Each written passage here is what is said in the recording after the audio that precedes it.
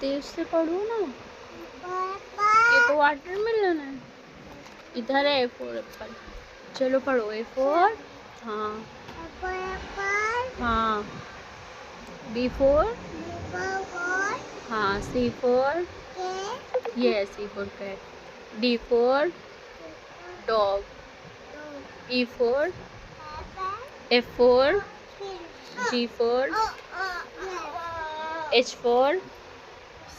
बस हो गया, और पढ़ लो।